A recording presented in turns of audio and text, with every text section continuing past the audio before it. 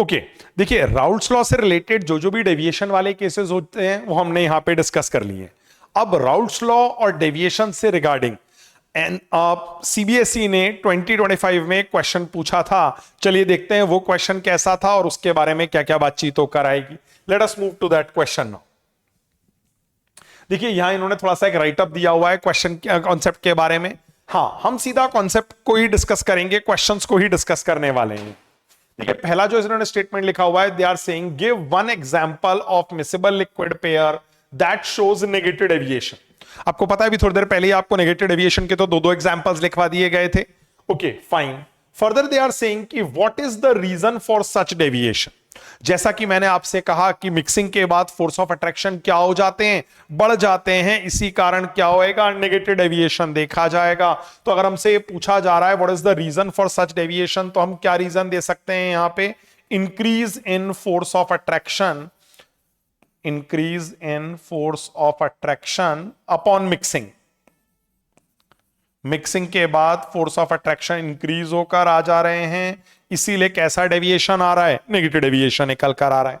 देखिए आगे इन्होंने सेकंड पार्ट के अंदर क्या बोला हुआ है, स्टेट राउल्स लॉ और for a solution containing volatile components. Raoult's law की बात कर रहे हैं। राउल्स लॉ के बारे में हमने शुरू में ही बातचीत करी थी, आपको ध्यान भी होगा। हमने ऐसा बोला था क्या, पार्शियल वेपर प्रेशर जो होता है that is actually proportional to mole fraction of the component, partial vapour pressure of solution, या और मैंने बोला था of a component, that is proportional to mole fraction of the component in liquid. Basically यही अपने पास में क्या होता है, राउल्स लॉ का स्टेटमेंट या मैथमेटिकल रिलेशन होता है। ठीक है, देखिए इसी क्वेश्चन के अंदर इन्होंने सेकंड पार्ट के अंदर या बी पार्ट के अंदर, देखिए वैसे तो और करके लिखा हुआ है, you are having a choice, लेकिन हम यहां पे दोनों ही क्वेश्चंस को डिस्कस करते हैं। देखिए यहां इन्होंने एक बात और बोली हुई है, Raoult's law is a special case of Henry's law comment. NCERT के अंदर इसके बारे में एक पैराग्राफ लिखा हुआ है। चलिए देखते हैं राउल्स लॉ और हेनरीज लॉ को आपस में कैसे रिलेट किया जा सकता है। ठीक है, देखिए राउल्स लॉ का जो रिलेशन होता है हमें पता है, we write it as X A P A nought की जो वैल्यू अपने पास निकल कर आ रही होती है, that comes out to be P A, that is partial vapour pressure of A. अब अगर यहीं पे मैं हेनरीज लॉ अप्लाई करूं जो मैंने अभी अभी आपको सिखाया था, तो आपको ध्यान होगा हेनरीज लॉ के अंदर हमने ये बोला था कि मोल fraction of gas in liquid को अगर हम किससे मल्टीप्लाई कर देते हैं, हमने बोला था हेनरीज लॉ कांस्टेंट के साथ मल्टीप्लाई कर देते हैं, तो हम बोलते हैं वो किसके बराबर हो जाएगा, गैस के पार्शियल प्रेशर के बराबर होकर आ जाए। ठीक है, दिस वाज द रिलेशन। अब अगर आप दोनों रिलेशंस को कंपेयर करें तो शायद आपको समझ में आ रहा होगा। देखिए यहां पे भी प्रेशर इन्वॉल्व है, यहां भी प्रेशर इन्वॉल्व है, यहां पे भी मोल फ्रैक्शन इन्वॉल्व है, यहां पे भी मोल फ्रैक्शन इन्वॉल्व है। हाँ, पर आपको पता है यहां जो मोल फ्रैक्शन है ये तो मोल fraction of A in the liquid है, यहां जो मोल फ्रैक्शन है that is mole fraction in the gaseous state. इसका मतलब हम क्या इमेजिन कर सकते हैं, हम ये सोच सकते हैं कि शायद एक कंपोनेंट बहुत ज्यादा वोलेटाइल हो गया होगा और वो कंपोनेंट लिक्विड की बजाय कौन सी स्टेट में आ गया, गैसियस स्टेट के अंदर आ गया, तब ऐसा रिलेशन ऑब्जर्व होकर आ रहा है। ठीक है, फर्दर अगर हम बात करें तो हम कांस्टेंट्स को भी यहां पे डिस्कस कर सकते हैं। आपको पता है अपने केस में जब राउल्स लॉ की बात कर रहे हैं तो जो कांस्टेंट आ रहा है that is P A not, जब हेनरीज लॉ की बात कर रहे हैं तो हम क्या बोल सकते हैं, जो कांस्टेंट आ रहा है दैट इज के एच। अब हमें जो स्टेटमेंट बोलना है what is that, Raoult's law as a special case of Henry's law. तो क्या हम ऐसा कुछ इमेजिन कर सकते हैं कि जब के एच की वैल्यू पी ए नॉट के बराबर ही हो जाएगी तब हम कहेंगे हेनरीज लॉ किसके जैसा हो गया है, राउल्स लॉ के जैसा होकर आ गया है। तो आई can simply say that then Raoult's law can be considered a special case of Henry's law. इन दोनों रिलेशंस को कंपेयर करते हुए दो बातें बोलनी पड़ेंगी आपको। एक तो आपको ये बोलना है कि the A component must have been so volatile that in case of Henry's law it got converted into gaseous state completely, इसीलिए मोल फ्रैक्शन लिक्विड की बजाय मोल फ्रैक्शन गैस का लेना स्टार्ट कर दिया गया है। और दूसरी बात मैंने क्या बोली कि जो के एच है अगर वो पी ए नॉट के बराबर हो जाए तो हम बोलेंगे हेनरीज लॉ और राउल्ट्स लॉ रिलेट होने लगेंगे। इसका मतलब हेनरीज लॉ का एक स्पेशल केस हो जाएगा कौन, राउल्ट्स लॉ। ठीक है, नेक्स्ट बातचीत अगर हम यहां पे करें, देखिए जो नेक्स्ट बोला हुआ है इन्होंने, they are saying write two characteristics of ideal solution. अब आइडियल सॉल्यूशन कैसा बिहेवियर शो कर रहा होता है? एक तो हमने ये वाली बात बोली, देखिए आइडियल सॉल्यूशन के बारे में सबसे पहले मैंने क्या बोला था, मैंने आपसे बोला था delta V mixing equal to 0 आ जाएगा, no volume changes observed on mixing.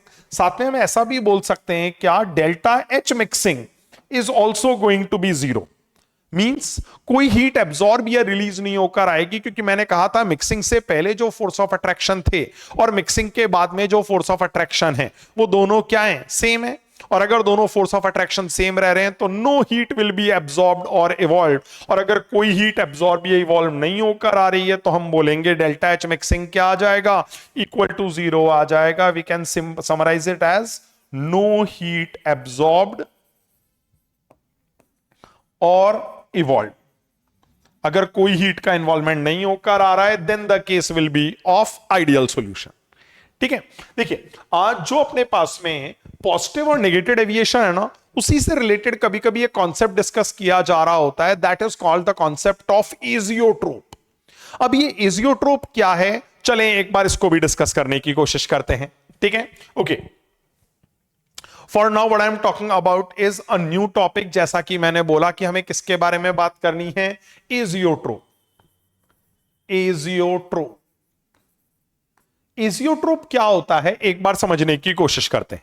ठीक है, देखिए हम कभी कभी ऐसा ऑब्जर्व करते हैं कि ऐसे सॉल्यूशंस जो आइडियल नहीं है, मतलब पॉजिटिव हो सकते हैं या नेगेटिव हो सकते हैं, उन सॉल्यूशंस में कई बार एक ऐसी कंपोजिशन अचीव होकर आती है जिस कंपोजिशन पे लिक्विड मिक्सचर का कंपोजिशन और उससे बनने वाले वेपर का कंपोजिशन क्या हो जाता है, सेम होकर आ जाता है।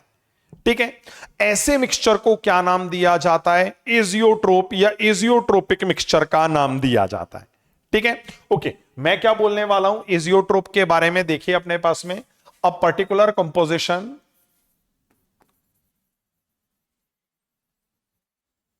एजियोट्रोप क्या है ये डिस्कस करने वाले हैं अभी। तो what I am saying is a particular composition of liquids showing deviation from Raoult's law at which composition of liquid mixture and vapor mixture formed from it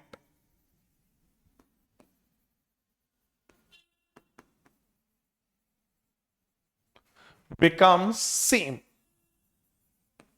देखिए यूजुअली क्या होता है, ये वाली बात करते हैं पहले। ठीक है, देखिए यूजुअली ऐसा देखा जा रहा होता है कि आप लिक्विड में जो कंपोजिशन है उससे वेपर को अगर कंपेयर किया जाए तो ऐसा देखते हैं हम कि the more volatile component gets more composition in vapour state. ठीक है, अगर देखिए मैंने दो लिक्विड्स लिए ए और बी, आपके सामने भी थोड़ी देर पहले लिए भी थे। अगर ए ज्यादा वोलेटाइल नेचर का है तो हम ऐसा ऑब्जर्व करते हैं कि लिक्विड में जितना ए का मोल फ्रैक्शन होगा उससे ज्यादा ए का मोल फ्रैक्शन वेपर फेज में आ रहा होगा। ठीक है, इसका मतलब I can simply say that the vapours are getting richer and richer with respect to more volatile component.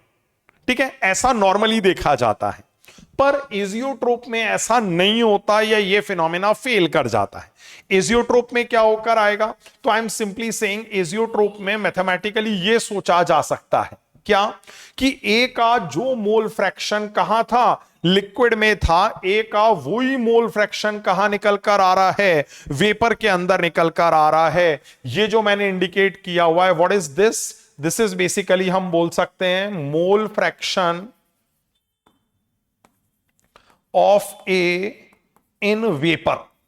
X तो मैंने मोल फ्रैक्शन ऑफ लिक्विड को इंडिकेट किया था, वाई में किसको इंडिकेट करवा रहा हूं, मोल फ्रैक्शन ऑफ वेपर को इंडिकेट करवा रहा हूं। देखिए लेकिन खास बात मैंने क्या बोली, एजियोट्रोप कब बनकर आ रहा होता है, तो हमने ये बोला शोइंग डेविएशन। इसका मतलब आपको समझ में आ रहा होगा कि अगर दो तरीके के डेविएशंस होते हैं तो फिर तो दो तरीके के एजियोट्रोप्स भी होंगे। ठीक है, चलिए वही पॉइंट यहां पे डिस्कस करते हैं। तो हम देखते हैं दो तरीके की एजियोट्रोप्स कौन कौन सी आ जाती हैं हमारे पास में। Let us discuss that. एक एजियोट्रोप का जो नाम होता है, they call it by the name, इसका नाम रखा जाता है क्या, minimum boiling point azeotrope.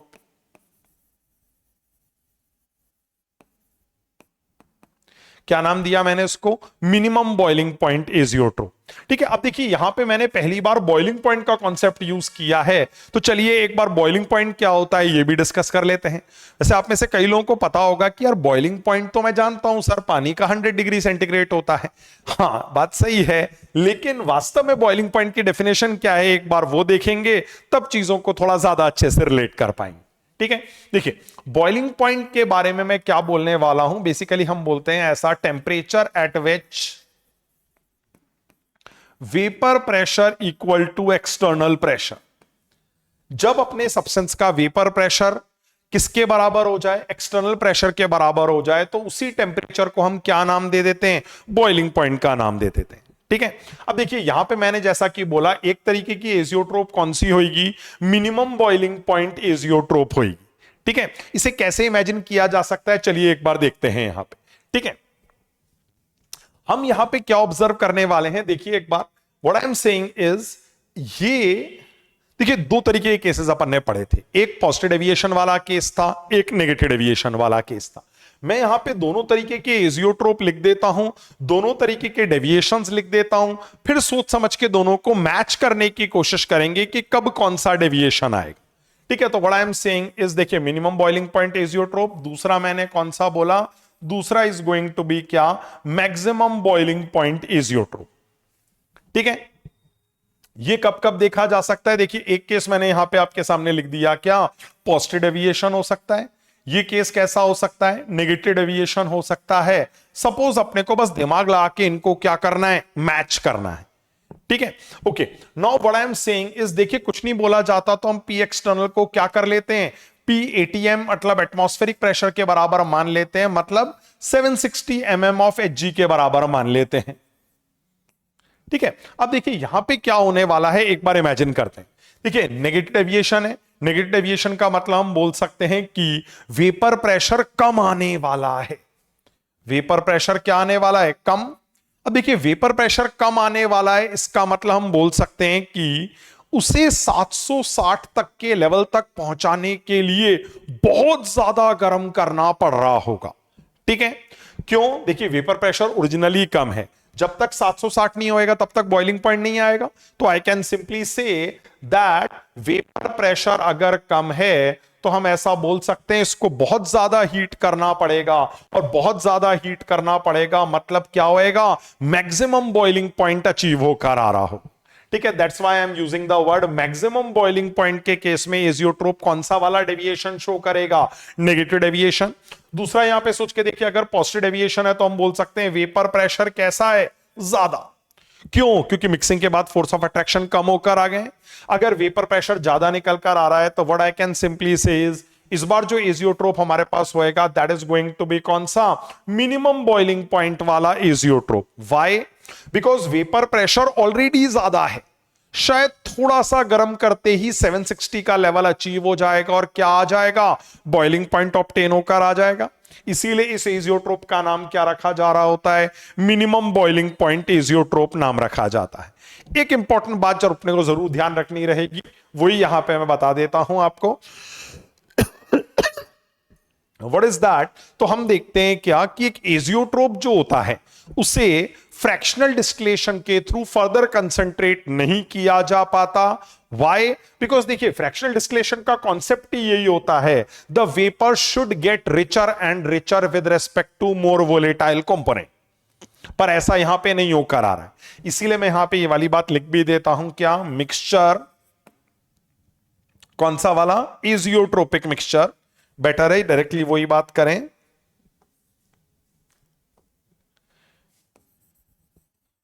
azeotropic mixture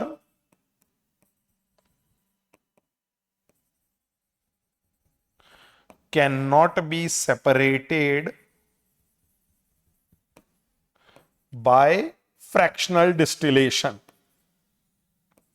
जो फ्रैक्शनल डिस्टिलेशन का प्रोसेस होता है आपने क्लास 9th के अंदर भी पढ़ा होगा, ठीक है। उस फ्रैक्शनल डिस्टिलेशन के थ्रू हम क्या नहीं कर पाएंगे, एजियोट्रोपिक मिक्सचर को सेपरेट नहीं कर पाएंगे। ये वाली बात दिमाग में रहनी चाहिए, ठीक है। ओके, चलिए एक और क्वेश्चन सीबीएसई ने इससे रिलेटेड पूछा हुआ था 2025 ईयर के अंदर ही। चलिए देखते हैं वो क्वेश्चन कैसा था, उसको कैसे समझा जा सकता है। Let us discuss that now. तो चलिए उस क्वेश्चन के ऊपर मूव कर रहे हैं। देखिए यहां पे भी अपने पास में चॉइस थी, एक एक करके दोनों ही सवालों को देखते हैं। देखिए पहले उन्होंने क्या बोला हुआ है, ये उन्होंने बोला हुआ है cooking is faster in pressure cooker than in open pan, ठीक है। अब देखिए प्रेशर कुकर की अगर मैं बात करूं तो शायद आपको समझ में आ रहा होगा कि प्रेशर कुकर के अंदर ओपन पैन के मुकाबले ऊपर से कवर्ड होता है। अगर कवर्ड है तो बताइए क्या एक्सटर्नल प्रेशर ज्यादा लग रहा होगा? हाँ, तो बेसिकली हम बोल सकते हैं कि प्रेशर कुकर के अंदर क्या हो गया है, बताइए, पी एक्सटर्नल बढ़ गया है। और पी एक्सटर्नल बढ़ गया है इसका मतलब हम बोल सकते हैं क्या कि बॉइलिंग पॉइंट ऑफ वाटर भी बढ़ जाता है। Boiling point of water increases, ठीक है।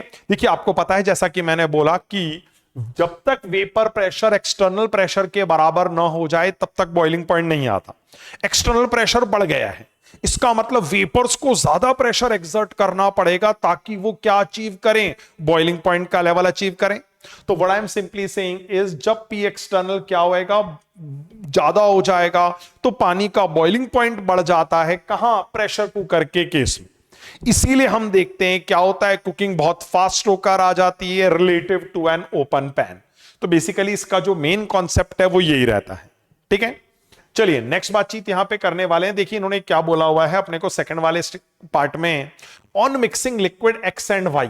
क्या बोल रहे हैं ये, volume of the resulting solution decreases. इसका मतलब जितना वॉल्यूम आना चाहिए था उससे कम निकल कर आ रहा है।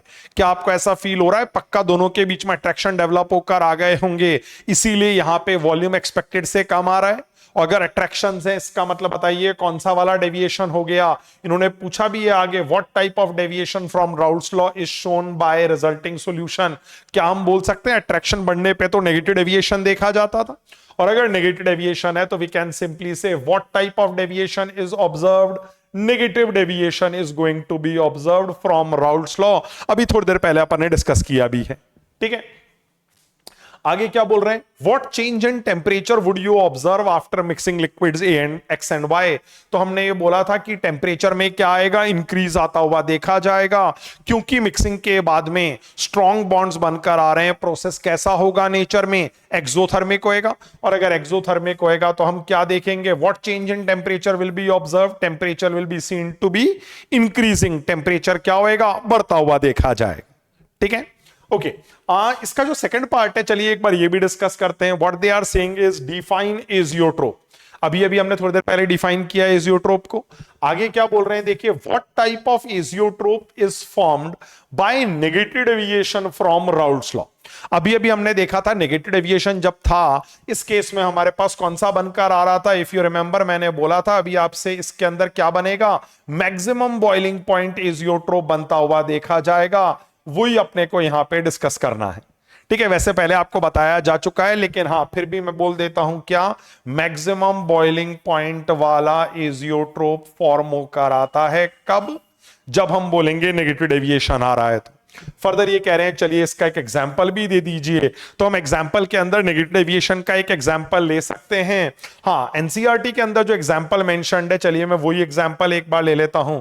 हम ऐसा देखते हैं कि HNO3 और वाटर का जो मिक्सचर रहता है, ये हम देखते हैं क्या कर रहा होता है। पहली चीज तो नेगेटिव डेविएशन शो करेगा। और हम देखते हैं जब HNO3 68% के आसपास हो और वाटर 32% के आसपास हो, तो हम देखते हैं this composition is actually an azeotropic composition. और ऐसा देखा जाता है कि टाइम के साथ इस कंपोजिशन में कोई बदलाव नहीं आ रहा होता। इसका मतलब हम बोल सकते हैं कि जो ज्यादा वोलेटाइल कंपोनेंट है HNO3, हम ऐसा एक्सपेक्ट कर रहे थे कि अगर हम फ्रैक्शनल डिस्टिलेशन करवाएंगे तो ये मिक्सचर HNO3 में और ज्यादा कंसंट्रेट होता रहेगा, HNO3 की परसेंटेज बढ़ती रहेगी। लेकिन जैसा कि मैंने बोला कि ये मिक्सचर क्या है, एजियोट्रोपिक मिक्सचर है। इससे जो वेपर्स बनेंगे उसका कंपोजिशन और जो लिक्विड का कंपोजिशन है वो क्या रहने वाला है, सेम रहने वाला है। इसीलिए we can simply say that this mixture cannot be further concentrated by the technique of fractional distillation। हम बोल सकते हैं इसको कंसंट्रेट नहीं किया जा पाएगा, इसीलिए इसको किस नाम से बुलाया जा रहा होता है, एजियोट्रोप नाम से बुलाया जा रहा होता है। ठीक है, तो चलिए हमने सॉल्यूशन चैप्टर का एक बड़ा पोर्शन यहां पे कवर अप करने की कोशिश करी। एक हमने हेनरीज लॉ के बारे में बहुत डिटेल में बात करी, राउल्ट्स लॉ के बारे में बात करी, राउल्ट्स लॉ के डेविएशंस के बारे में बात करी, and then at last we discussed about azeotropes. Okay, thank you.